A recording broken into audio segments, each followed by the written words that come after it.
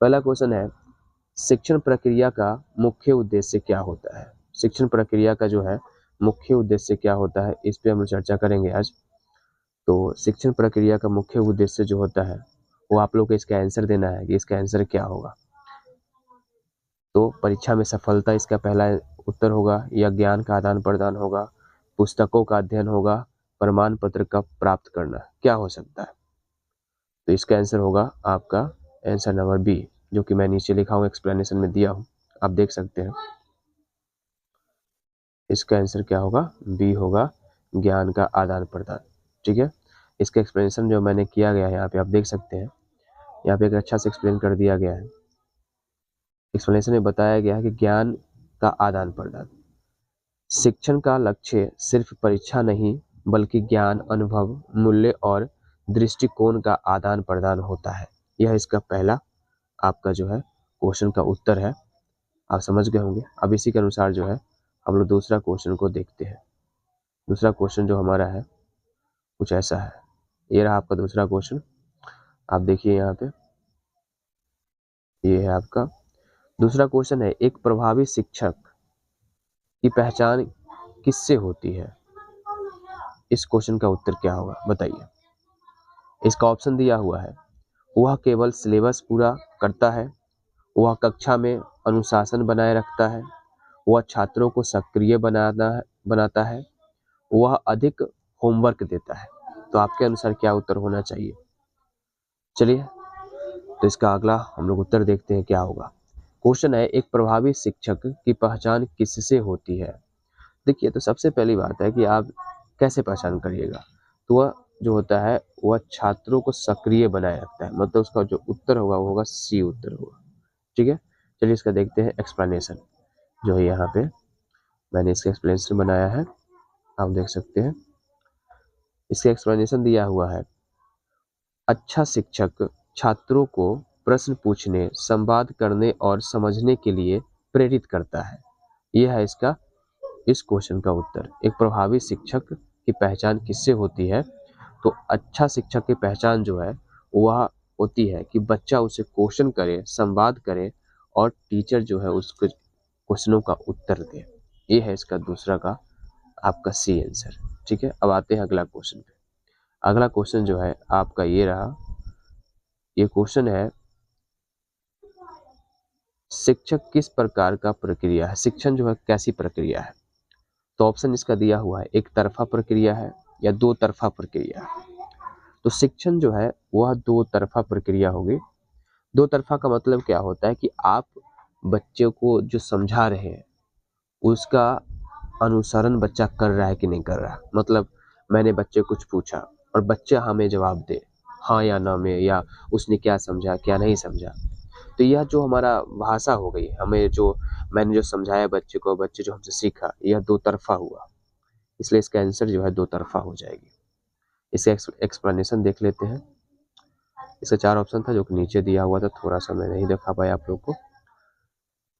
दो तरफा होता है, इसमें शिक्षक और छात्र दोनों सहभागिता करते हैं, इसलिए यह एक दो तरफा प्रक्रिया है, यहाँ बता दिया गया आपको। चलिए अब आगे देखते हैं हम लोग। अगला जो क्वेश्चन है वो ये है, ये रहा आपका अगला क्वेश्चन, आप देख सकते हैं।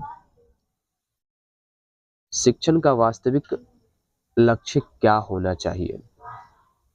अब क्वेश्चन उठता है कि जो कोई टीचर है, आप पढ़ा रहे हैं बच्चे को, तो शिक्षण करा रहे हैं बच्चे को, तो आपका शिक्षण कराने का मुख्य उद्देश्य क्या होना चाहिए। क्या आप चाहते कराना, पाठ्यक्रम समाप्त कराना चाहते हैं, या परीक्षा उत्तीर्ण कराना चाहते हैं, या ज्ञान, मूल्यों, दृष्टिकोणों का विकास करना चाहते हैं, या बच्चे को प्रमाण पत्र दिलाना चाहते हैं। आप क्या चाहते हैं। तो आप चाहेंगे इसका क्या कराना, ज्ञान, मूल्य और दृष्टिकोणों का विकास कराना आप चाहेंगे। चलिए उत्तर देख लेते हैं एक बार। इसका उत्तर यहाँ दिया हुआ है, ज्ञान, मूल्य और दृष्टिकोणों का विकास। एक्सप्लेनेशन देखते हैं, शिक्षा का उद्देश्य केवल सूचना देना नहीं बल्कि समग्र मानसिक व नैतिक विकास है। यह जहाँ इसका उत्तर। अब अगला क्वेश्चन देखते हैं। अगला उत्तर जो है वह है, ज्ञान हस्तांतरण को क्या कहते हैं? हस्तांतरण का मतलब होता है आदान प्रदान, ठीक है। आपके पास कोई नॉलेज है और तो उस नॉलेज को अगर आप किसी दूसरे को दे रहे हैं, आप अपने स्टूडेंट को, विद्यार्थी को दे रहे हैं, तो इस प्रक्रिया को हम क्या कहेंगे? इस प्रक्रिया को आप क्या कहिएगा? तो इसे हम लोग कहेंगे पढ़ाना, शिक्षण कहेंगे, सिंपल बात है। तो यह प्रक्रिया जो है वो कहलाएगा शिक्षण, शिक्षण प्रक्रिया है ये, ठीक है। चलिए इसका उत्तर देखते हैं, बिल्कुल सही है। यह प्रक्रिया कहलाएगा शिक्षण। जब शिक्षक अपने ज्ञान को छात्रों तक पहुंचाता है तो यह प्रक्रिया शिक्षण कहलाती है। क्लियर हो गया बात? अब अगला क्वेश्चन देखते हैं। अगला क्वेश्चन है, शिक्षण में शिक्षक की भूमिका होती है। मतलब अगर कोई टीचर है, वो पढ़ा रहा है, तो उसकी क्या भूमिका है? आपकी क्या सबसे बड़ी डिसिप्लिन, आपकी सबसे बड़ी जो आपकी जो सबसे बड़ी भूमिका है वो शिक्षण में है बच्चे को एक सही मार्गदर्शक देना। मार्गदर्शक का आपका काम है। आप बच्चे को सही दिशा दिखाइए, बच्चों को सही रास्ता दिखाइए, ताकि अपने बच्चे अपने लाइफ में उस रास्ता को तय करके एक सही रास्ता में एक सही ऊंचाई तक पहुंचे। आपका काम यही है। चलिए इसका देखते हैं एक्सप्लेनेशन। मार्गदर्शन दिया हुआ है, शिक्षक छात्रों को सही दिशा दिखाने वाला एक पथ प्रदर्शक होता है। बस वही वाला बात हो गया, मार्गदर्शक काम करता है। चलिए अगला है, शिक्षा का प्राथमिक उद्देश्य क्या है? आपका प्राथमिक, मान लीजिए आप शिक्षा बच्चे को दे रहे हैं, तो उसका पहला काम क्या होगा? प्रथम काम क्या होगा? ऑप्शन दिया हुआ है, प्रमाण पत्र देना। दूसरा ऑप्शन है नौकरी के लिए तैयार करना, सोचने की क्षमता बढ़ाना, परीक्षा में पास कराना। आप सोचिए, अगर आप बच्चे को ज्ञान देना चाहेंगे तो किस टाइप का ज्ञान देना चाहेंगे? कि उसको सर्टिफिकेट मिल जाए, घर पे चले जाए? ऐसा नहीं। नौकरी के लिए तैयार कराइएगा? नहीं भाई साहब, वो तो खुद कर लेगा तैयारी। आप जो है उसकी सोच को विकसित कराइए, आप उसे सोचने की क्षमता को बढ़ाइए। मतलब ऑप्शन सी जो है इसका उत्तर हो जाएगा। अब आगे देखते हैं इसका एक्सप्लेनेशन। शिक्षा का कार्य है व्यक्ति में स्वतंत्र चिंतन और विवेकशीलता का विकास करना। ये इसका उत्तर हो जाएगा। चलिए अब अगला क्वेश्चन देखते हैं। एक प्रभावी शिक्षक किस बात पर बल देता है? कोई मान लीजिए कोई टीचर है, आप शिक्षक हो और आप बच्चे को ज्ञान देना चाहते हैं, मतलब किस बातों को लेकर के बच्चे को रास्ता दिखाइएगा? आप खासकर किस पॉइंट की चर्चा करेंगे बच्चे को? तो पाठ्य पुस्तक पर निर्भरता की बात करिएगा। गए बच्चे, आपको पाठ्य पुस्तक पर निर्भर होना चाहिए, या आप अधिगम प्रक्रिया को अपनाइएगा, या आप अनुशासन सिखाइएगा बच्चे को, परीक्षा में परिणाम। एक प्रभावी शिक्षक किस बात पर बल देता है? तो बच्चे में अगर देखा जाए तो बच्चे को चाहता है कि टीचर, जो भी कोई भी टीचर है, वो बच्चे में क्या चाहेगा? वो बच्चे में चाहेगा कि उसको जो है एकदम सही दिशा उसको दे दिया जाए। मतलब उसको अधिगम की प्रक्रिया की बात करेगी। मतलब शिक्षक को यह देखना होता है कि छात्र कितनी अच्छी तरह से सीख रहा है,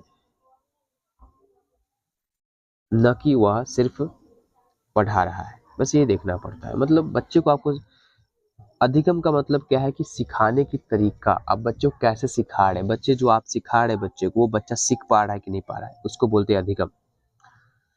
अगला क्वेश्चन है, शिक्षण प्रक्रिया में कौन सा तत्व आवश्यक है? ये सबसे इंपॉर्टेंट क्वेश्चन है आपके पॉइंट ऑफ एग्जाम के। अब समझते हैं। अनुशासन पहला बात है, दूसरा संवाद, तीसरा है परीक्षा, चौथा है पाठ्यक्रम। आप मान लीजिए बच्चे को पढ़ा रहे हैं, बच्चा को आप पूरा अच्छा से डिसिप्लिन में बैठा दिए, वो बेचारा शांत होकर के बैठा हुआ है, वो कुछ भी नहीं बोल रहा है, तो आपको क्या लग रहा है कि आप कुछ अच्छा से ज्ञान दे रहे हैं, वो अच्छा से समझ पा रहा है? ऐसा नहीं है। आप बच्चे से संवाद कीजिए, बच्चे से बातें करिए, पूछिए, यह एक आवश्यक तत्व हो जाएगा। क्वेश्चन पूछिए बच्चों से कि बेटे तुम्हें समझ में आया? जो भी बोलना है, जैसे बोलना है बोलिए। तो आपको बोलना पड़ेगा उसको संवाद के तौर पर। संवाद को सबसे ज्यादा वैल्यू करनी पड़ेगी आपको यहाँ पर। अगर आप संवाद की वैल्यू नहीं करते हैं तो फिर इस केस में प्रॉब्लम खड़ा हो सकता है। संवाद से छात्र शिक्षक में जुड़ाव आता है, जिससे शिक्षण प्रभावी होता है। तभी तो बात करिएगा तो बच्चे के अंदर की क्वालिटी आप जान पाइएगा, उसके समस्याओं को समझ पाइएगा, और बच्चा आपसे अपनी समस्याओं को एकदम बेहिचक आपके सामने रख पाएगा, जो कि आपके लिए समझाने के लिए बहुत ज़्यादा ही जरूरी हो पाएगा। चलिए अगला क्वेश्चन देखते हैं। ये तो उत्तर ही आ गया सामने। चलिए अगला क्वेश्चन जो है वो कुछ इस टाइप से है।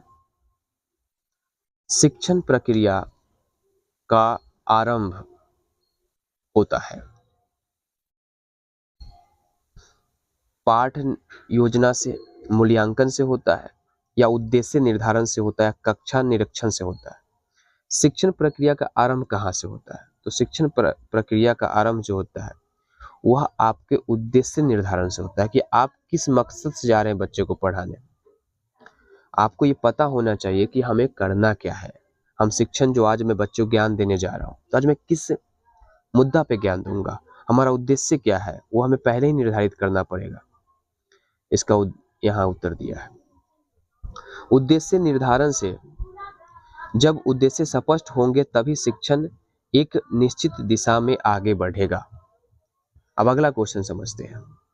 अगला क्वेश्चन है कौन सा कथन गलत है, आपको देखना है। पहला ऑप्शन दिया है शिक्षण एक सामाजिक प्रक्रिया है, हमें जहां तक लग रहा है कि सही बात है। शिक्षण एक दिशा रहित प्रक्रिया है, आपको नहीं लग रहा कि ये गलत है?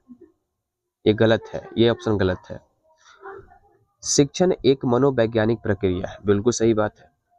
शिक्षण जो है हाँ बात सही है।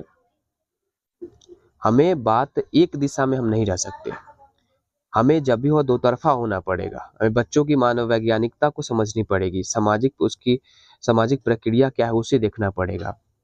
तो दिशा रहित जो बोला गया, एक दिशा रहित नहीं हो सकता। ऐसा नहीं कि मैं बोलता जा रहा हूँ और मुझे सामने से कोई रिस्पॉन्स ही ना मिले, मुझे पता ही नहीं चल पाए कि सामने जो मेरे बच्चे हैं, ये जो स्टूडेंट जिसे मैं पढ़ा रहा हूँ, वो कैसे ऑब्जर्व कर रहा है मेरी बातों को। तो सबसे पहला मुद्दा बनता है कि आपको दो तरफा होना पड़ेगा, द्विपक्षीय होना पड़ेगा। इसलिए आपका ऑप्शन जो है इसका बी आंसर सही होगा। चलिए एक्सप्लेनेशन देखते हैं। शिक्षण एक दिशा रहित प्रक्रिया है, ये ऑप्शन गलत है, क्योंकि शिक्षण हमेशा एक निश्चित उद्देश्य और दिशा के साथ किया जाता है। बात समझ आ गया? चलिए अब अगला क्वेश्चन देखते हैं। शिक्षण और अधिगम में क्या संबंध है? मतलब शिक्षण मतलब आप पढ़ाने जा रहे हैं, अधिगम मतलब सिखाने की बात हो रही है। आप सिखाने की बात होगी, मतलब उसे अच्छी तरह सिखाएंगे। ऑप्शन है दोनों समान है, ऐसा बिल्कुल भी नहीं है। पढ़ाना एक अलग बात है, सिखाना एक अलग बात है। पढ़ाकर सिखाना एक अलग बात है। दोनों लेके एक दूसरे से जुड़ा है, बिल्कुल सही बात है। अधिगम शिक्षण से प्रभावित नहीं होता, शिक्षण अधिगम को प्रभावित करता है। ये बात में दम लग रहा है। शिक्षण जो है पढ़ाने की जो हमारी क्वालिटी होता है ना, वो हमारे बच्चों को उसके सोचने और समझने की जो विचारधारा है उसको चेंज कर सकता है। इसलिए शिक्षण अधिगम को प्रभावित करता है, ये बिल्कुल सही बात है। शिक्षण अधिगम को प्रभावित करता है। यदि शिक्षण प्रभावित होगी तो अधिगम की गुणवत्ता भी अच्छी होगी। इस बात की चर्चा यहाँ पे हुई। अगला क्वेश्चन है अधिगम की प्रभावशीलता बढ़ती है जब, ऑप्शन दिया है आपके पास, शिक्षण सख्त होता है, होमवर्क अधिक होता है, शिक्षण दिलचस्प होता है, पाठ्यक्रम कम होता है। देखिए सबसे पहली बात तो ये बनता है कि आप सख्त मत होइए। सख्त अगर आप हो गए तो कहानी खत्म हो जाएगा। आपको शिक्षा को दिलचस्प बनानी पड़ेगी यहाँ पे। ये ऑप्शन इसका सी है। चलिए इसका ये देखते हैं उत्तर। शिक्षण दिलचस्प होता है, जब पढ़ाई रुचि होगी तभी छात्र मन लगाकर पढ़ेगा। बच्चे को पढ़ाई में मन नहीं लग रहा है और आप उसे पढ़ा रहे हो तो फिर उसे कोई फायदा ही नहीं है। इसलिए आपको शिक्षण को, मतलब पढ़ाने का जो हमारी तरीका है ना, उसको एकदम कॉमेडी स्टाइल में या जैसे भी बोलिए, ताकि बच्चे को उसमें मजा आए, उस पढ़ाई करने में उसे मन लगे, रुचि लगे, तभी हो पाएगा। अगला क्वेश्चन है शिक्षण प्रक्रिया मूल्यांकन कैसे किया जा सकता है? परीक्षा के परिणाम से किया जाता है, पाठ्यक्रम पूरा होने से होता है, उपस्थिति से होता है, या छात्रों के भीतर भागीदारी से द्वारा होता है। देखिए आप कैसे पता करिएगा कि जो आपका जो पढ़ाने का तरीका है वो बच्चे को अच्छा लग रहा है? कैसे पता करिएगा? तो आपके पढ़ाने के तरीका में बच्चा कितना भागीदारी हो रहा है, कितना ज़्यादा आपके क्लासेस को आप जब पढ़ाते हैं तो बच्चे आपके क्लास को कितना ज़्यादा वैल्यूएबल समझते हैं, कितना ज़्यादा रिस्पॉन्सिबिलिटी लेते हैं। यह डिपेंड करता है बच्चे के भागीदारी पर, डिपेंड करता है कि आपकी क्वालिटी क्या है, मूल्यांकन कैसे हो पाएगी। चलिए इसके ऑप्शन यहाँ देखते हैं। छात्रों की भागीदारी द्वारा। भागीदारी यह दर्शाता है कि छात्र सक्रिय रूप से सीखने में लगे हैं। सिंपल बात वही हुआ। अगला क्वेश्चन है, अधिगम को टिकाऊ बनाने हेतु आवश्यक है। आप अधिगम को टिकाऊ कैसे बनाइएगा? तो ऑप्शंस आपके पास है। आप जो है कठोर अनुशासन में रहिएगा, आप व्यवहारिक गतिविधियां कीजिएगा, बच्चे को रटकर याद कराना सिखाइएगा, केवल परीक्षा ऐसा नहीं चलेगा। आपको व्यवहारिक गतिविधि जो कि आम जनता करता है, आम लोग करते हैं, हमें उस तरह की काम करनी पड़ेगी। हमें सिखाना पड़ेगा बच्चे को, उसको एक व्यवहार सिखाना पड़ेगा, उसे एक अनुशासन सिखानी पड़ेगी, तब जा करके बच्चा जो है एक बेहतर तरह से सीख पाएगा। इसका एक्सप्लेनेशन मैं आपके सामने यहाँ दे रहा हूँ। जब छात्र खुद करके देखता है तो सीख अधिक अस्थायी और गहरी होती है। इस बात को यहाँ पे चर्चा हुआ। तो दोस्तों आज के लिए बस इतना ही छोड़ता हूँ, फिर अगला वीडियो में बात करेंगे आप लोगों से। ओके।